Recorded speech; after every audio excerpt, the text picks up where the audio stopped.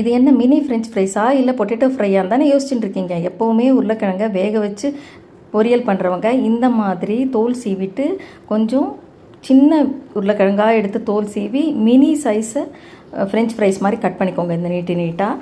அப்புறம் அடுப்பில் ஒரு வாணலி வச்சு ஒரு 2 டேபிள் ஸ்பூன் நல்லெண்ணெய் விட்டு ஒரு 1/2 டீஸ்பூன் கடுகு போட்டுட்டு அது கடுகு பொரிஞ்சதுக்கப்புறமா ஒரு பெரிய வெங்காயத்தை நான் கட் பண்ணி பொடியாக அதையும் இதில் சேர்த்துக்கிறேன். சேர்த்து நல்லா வதக்கணும். இது கொஞ்சம் நல்லா ஒரு 70% வதங்கினதுக்கப்புறமா நம்ம இப்போது அந்த உருளைக்கிழங்கு கட் பண்ணி வச்சதை ஆட் பண்ணிடுறோம். இப்போ இதை நல்லா கலந்து விட்டுட்டு ஒரு 1/2 டீஸ்பூன் உப்பு ஆட் பண்ணிக்கிறேன். ஒரு 1/4 டீஸ்பூன் மஞ்சள் பொடி சேர்த்துக்கிறேன். இப்போ நீங்கள் காரப்பொடியெலாம் எதுவுமே சேர்க்க வேண்டாம். இப்போ இதை நல்லா கலந்து விட்டுட்டு நம்ம நல்லா குக் பண்ணிக்கணும்.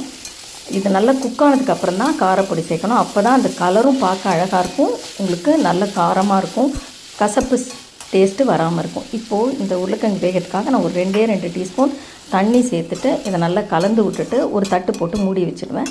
இப்போது இது மாதிரி புது ரெசிபிஸ் நான் நிறையா போட்டுருக்கேன். என்னோடய சேனலை சப்ஸ்கிரைப் பண்ணாதீங்க, பண்ணிக்கோங்க. அக்ஷய பாத்திரம் குக்கிங் சேனலை கட்டாயம் சப்ஸ்கிரைப் பண்ணிக்கோங்க. நோட்டிஃபிகேஷன்ஸ் ஆனில் வச்சுக்கோங்க. பெல் ஐக்கான் கிளிக் பண்ணிக்கோங்க. அப்போ தான் நான் போடுற வீடியோஸ் உடனே வரும். இப்போ பாருங்கள், நம்ம இப்போ அப்பப்போ திறந்து பார்த்து இதை நல்லா கலந்து விடணும் மேலே கீழே. அப்போ தான் உங்களுக்கு நல்லா ஃப்ரை ஆகும். இப்போ கொஞ்சம் கட் பண்ணி பார்க்கலாம். இதுக்கு இன்னும் கொஞ்சம் வதங்கணும்.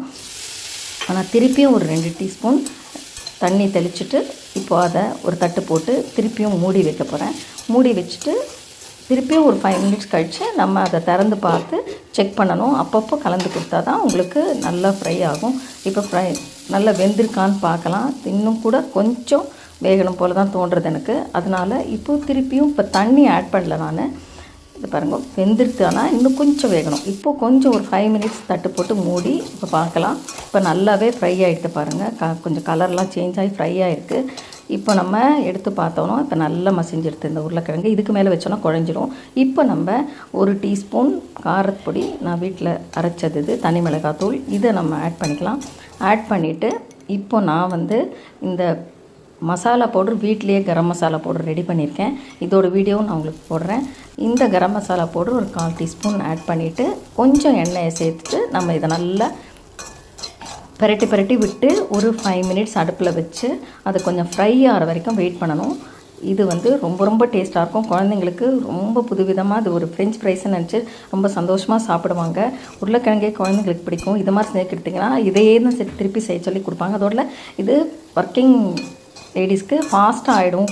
நம்ம குக்கரில் வேக வச்சு அதுக்கப்புறமா அதை உரித்து அதெல்லாம் வேலை இல்லை. இதெல்லாம் ஜஸ்ட்டு தோல் சீவிட்டு அப்படியே குக் பண்ணிடலாம் டைரெக்டாகவே.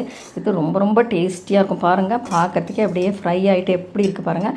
இது சப்பாத்திக்கும் ரொம்ப நல்லாயிருக்கும். சப்பாத்தியோட